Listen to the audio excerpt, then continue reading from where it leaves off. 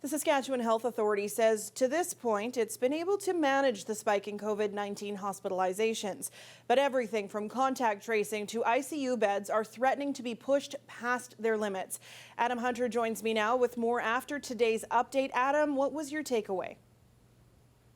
Well, Sam, the system is being strained with this surge in COVID-19 cases, and that's putting it very mildly. We're going to look at 3 different areas the SHA touched on today, starting with contact tracing. It says on average, a positive case has about 7.5 close contacts. They say that's dropping, but on the high side, some have had as many as 150.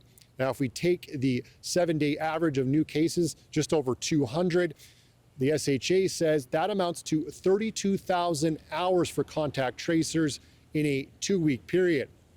On staffing, Scott Livingstone, the CEO of the SHA, says that recently 20 to 30 healthcare workers have had to self-isolate. He says that can decimate a small healthcare facility. He says the more community transmission and the more spread in the community of COVID-19, the greater chance there is for a healthcare worker to have to self-isolate. And finally, on hospitalizations, in Saskatoon, ICU beds are at a 97% capacity with just 2 remaining and 35 COVID-19 patients. The SHA says if more than 2 need a bed, they will have to shift, and they'll be able to do that. And that's why they're imploring the public to do their part. If Saskatchewan residents would let this go unchecked, we would be sending Dr. SHA and thousands of frontline workers in our healthcare system into a lion's den. We'd be sending them to deal with exponentially more hospitalizations, more ICU admissions, and certainly more deaths. We'd be asking them to have more conversations with families whose loved ones aren't going to make it. And we'd be sending a signal that our comfort is more important than theirs, and that their lives and the lives that they're trying to protect are less important than ours. We need to send a different signal. Let's double down. Let's start supporting public health orders. Let's start crushing this virus and numbers of contacts. We need your support to help do that. Adam, what are the doctors on the front line saying?